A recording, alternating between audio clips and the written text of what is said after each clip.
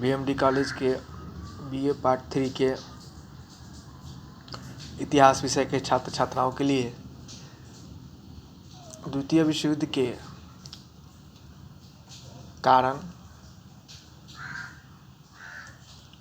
पर प्रकाश डाला जा रहा था। इसके क्रम में कारणों की चर्चा के क्रम में आज अगले कारण के रूप में जर्मनी में नाजीवाद का उदय। जर्मनी में क्या हुआ, वर्साय की संधि के बाद जो जर्मनी के ऊपर आरोपित संधि की गई थी, तो उस संधि के खिलाफ में लोगों का जनमत तैयार किया हिटलर ने, और हिटलर लोगों के बीच लोकप्रिय हो गया। वह जर्मनी का चांसलर भी बन गया तथा बाद में तानाशाह बन बैठा। उसने जर्मनी को राष्ट्र की कतार में सबसे आगे खड़ा करने की कोशिश की। इसके लिए जर्मनी के साम्राज्य विस्तार की नीति पर उसने बल दिया और वर्साय की संधि का उल्लंघन किया। संधि की जो शर्तें थी उसका उल्लंघन किया तथा जर्मनी को युद्ध के रास्ते पर ले गया। उसके द्वारा पोलैंड पर युद्ध थोपने के कारण ही विश्व युद्ध की शुरुआत हुई। अगला कारण के रूप में है इटली में फांसीवाद का उदय। जर्मनी की तरह इटली में मुसोलिनी का भी उदय हुआ। वह फांसीवाद के सिद्धांत को प्रचारित किया। वह भी इटली में अधिनायकवाद का शुरुआत किया और हिटलर की तरह आक्रमणकारी नीति अपनाई और राष्ट्रसंघ की सदस्यता छोड़ दी। मुसोलिनी की नीति भी द्वितीय विश्व युद्ध के लिए जिम्मेवार साबित हुई। अगले कारण के रूप में देखेंगे राष्ट्रसंघ की असफलता। लीग ऑफ नेशंस जो राष्ट्रसंघ की स्थापना द्वितीय विश्व युद्ध के पूर्व प्रथम विश्व युद्ध की समाप्ति के बाद 1919 में की गई थी, अंतर्राष्ट्रीय शांति को बनाए रखने के लिए, वह उस संकट की जब घड़ी पैदा हुई तो उसको सुलझाने में असफल रहा। सदस्य राष्ट्रों के निहित स्वार्थों की वजह से राष्ट्रसंघ जो था वह बड़े राष्ट्रों के ऊपर कोई कार्रवाई नहीं कर सका। राष्ट्रसंघ अपनी ही दुर्बलताओं का शिकार बन गया। अपनी सेना नहीं होने के कारण वह सदस्य राष्ट्रों को बलपूर्वक अपने बात नहीं मनवा सका। जर्मनी, इटली और जापान जब मनमानी करने लगे तब राष्ट्रसंघ उन्हें नहीं रोक सका। सिर्फ निर्बल और छोटे राष्ट्रों ने ही उसकी बात मानी। राष्ट्रसंघ के ऊपर से राष्ट्रों का विश्वास उठ गया। राष्ट्रसंघ की इस दुर्बलता के कारण भी विश्व युद्ध की शुरुआत हुई। Next cause of the second world war is तुष्टीकरण की नीति। तुष्टीकरण की नीति क्या थी? ब्रिटेन की जो तुष्टीकरण की नीति थी वह भी द्वितीय विश्व युद्ध के लिए जिम्मेवार थी। जर्मनी और इटली के साम्यवाद के विरोधी होने के कारण इटली और फ्रांस जर्मनी और इटली के संवाद के विरोधी होने के कारण इंग्लैंड और फ्रांस जर्मनी के प्रति उदार बने रहे। वे साम्यवादी रूस को दबा कर रखना चाहते थे। चेकोस्लोवाकिया का सुडेटनलैंड का इलाका जर्मन बाहुल क्षेत्र था। हिटलर ने चेक सरकार के द्वारा जर्मनों के साथ बेरहमी से पेश आने का मुद्दा उठाया तथा सुडेटनलैंड को जर्मनी के हवाले करने की मांग की, और ऐसा नहीं करने पर उस इलाके पर जर्मनी द्वारा कब्जा कर लेने की बात कही। बातचीत से समस्या का समाधान नहीं हो सका तो हिटलर ने चेकोस्लोवाकिया पर आक्रमण कर सुडेटनलैंड को अपने कब्जे में कर लिया। इससे हिटलर की महत्वाकांक्षा को बल मिला और साम्राज्य विस्तार की उसकी नीति का अवलंबन किया। इटली और जर्मनी की आक्रामक नीतियों का विरोध इंग्लैंड और फ्रांस के द्वारा नहीं किया गया। मुसोलिनी ने अबिसिनिया पर तथा जापान ने मंचूरिया पर कब्जा कर लिया। रूस को इस बात का एहसास हो गया कि इंग्लैंड और फ्रांस जर्मन विस्तार को रूस की तरफ मोड़ना चाहते हैं, अतः बाध्य होकर रूस को जर्मनी से अनाक्रमण संधि करनी पड़ी। जर्मनी ने पोलैंड पर हमला कर दिया।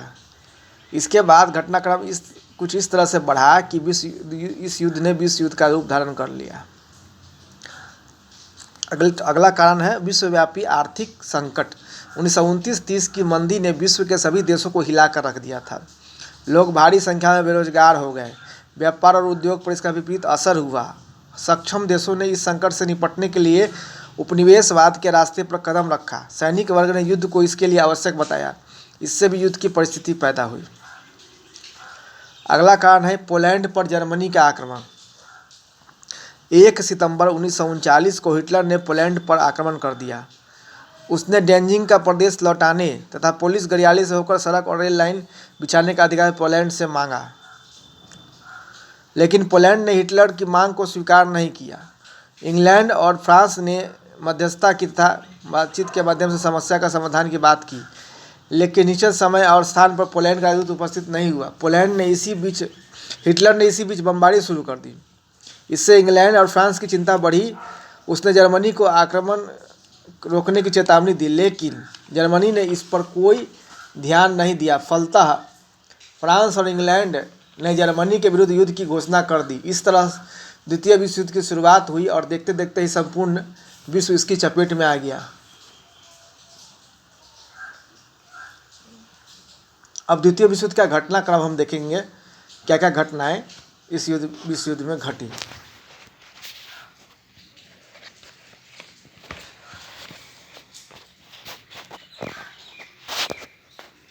द्वितीय विश्व युद्ध की शुरुआत पोलैंड पर जर्मनी के आक्रमण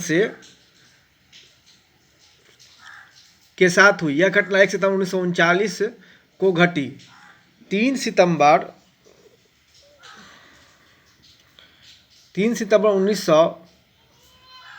1939 को इंग्लैंड और फ्रांस ने जर्मनी के विरुद्ध युद्ध की घोषणा कर दी। हिटलर ने पोलिस, गलियारा और साइलेसिया पर अधिकार कर लिया। इसके बाद 9 अप्रैल 1940 को नॉर्वे और डेनमार्क पर आक्रमण किया तथा उस पर कब्जा कर लिया। जून 1940 में जर्मनी ने बेल्जियम तथा हॉलैंड पर अधिकार कर लिया। इसके उपरांत जर्मनी ने फ्रांस पर आक्रमण किया। उसकी सेना ने फ्रांस की मैगिनो लाइन पर कब्जा कर लिया। जर्मनी ने अमीन्स, अबेवाइल तथा बोलोन पर कब्जा कर लिया। 14 जून 1940 को जर्मन सेना ने पेरिस पर कब्जा कर लिया। फ्रांस के पश्चिमी भाग, अटलांटिक समुद्र के किनारे फ्रांसीसी बंदरगाहों पर जर्मनी का कब्जा हो गया। मार्शल पेता ने जर्मनी के साथ युद्ध विराम की संधि की तथा शेष फ्रांस पर शासन करना शुरू किया। फ्रांस पर विजय के बाद जर्मनी ने इंग्लैंड की तरफ रुख किया। जर्मन वायुसेना ने इंग्लैंड पर हमला करना शुरू किया। ब्रिटिश प्रधानमंत्री चर्चिल के नेतृत्व में इंग्लैंड ने जर्मनी से मुकाबला किया और जर्मनी को निराश होना पड़ा। इंग्लैंड की तरफ से निराश हिटलर ने पूर्व में विस्तार की योजना बनाई। उसने यूगोस्लाविया, यूनान आदि देशों पर अधिकार कर लिया। 22 जून 1941 को जर्मनी ने रूस पर आक्रमण कर दिया, लेकिन इसमें जर्मनी को सफलता नहीं मिली। स्टालिनग्राद की लड़ाई में जर्मनी को हार का सामना करना पड़ा। पूर्वी एशिया में जापान का वर्चस्व था। जापान जर्मनी का मित्र था। 7 दिसंबर 1941 को जापान ने हवाई स्थित अमेरिकी नौसैनिक अड्डे पर आक्रमण कर दिया। पर्ल हार्बर पर जापानी आक्रमण से विवश होकर अमेरिका ने भी जापान के विरुद्ध युद्ध की घोषणा कर दी। जवाब में इटली और जर्मनी ने अमेरिका के विरुद्ध युद्ध की घोषणा कर दी। अमेरिका ने कैश एंड कैरी तथा उधार पट्टा कार्यक्रम के तहत मित्र राष्ट्रों को अस्त्र रसद के आदि से मदद की। युद्ध में अमेरिका के शामिल हो जाने से स्थिति बदल गई। सोवियत संघ और अमेरिका के युद्ध में शामिल होने के साथ ध्रुवीय राष्ट्रों की पराजय निश्चित हो गई। सबसे पहले इटली की हार हुई। इटली में मुसोलिनी के खिलाफ विद्रोह हो गया, उसकी हत्या हो गई। 1944 में इटली पूर्णतः पराजित हो गया। इटली के बाद सोवियत रूस के हाथों जर्मनी की पराजय अंतिम रूप से हुई। रूसी सेना आगे बढ़ते हुए बर्लिन तक पहुंच गई। फ्रांस, इंग्लैंड और अमेरिका की सेना ने भी जर्मनी पर हमला कर दिया। जर्मनी की हार निश्चित लगने लगी। हिटलर ने परिस्थिति की नजाकत का एहसास कर आत्महत्या कर ली। 7 मई 1945 को जर्मनी ने आत्मसमर्पण कर दिया। जर्मनी के आत्मसमर्पण के उपरांत मित्र राष्ट्रों ने जापान को पराजित करने पर ध्यान दिया। जुलाई 1945 को जापान के ऊपर जोरों से आक्रमण हुआ। अमेरिका ने 6 अगस्त को हिरोशिमा तथा 9 अगस्त को नागासाकी पर अणुबम गिराकर उस शहर को पूर्णतः नष्ट कर दिया। लाचार होकर जापान को आत्मसमर्पण करना पड़ा। जापान के आत्मसमर्पण के साथ विश्व युद्ध का अंत हुआ। इस प्रकार से द्वितीय विश्व युद्ध कैसे समाप्त हुआ उस पर आज की चर्चा समाप्त हुई।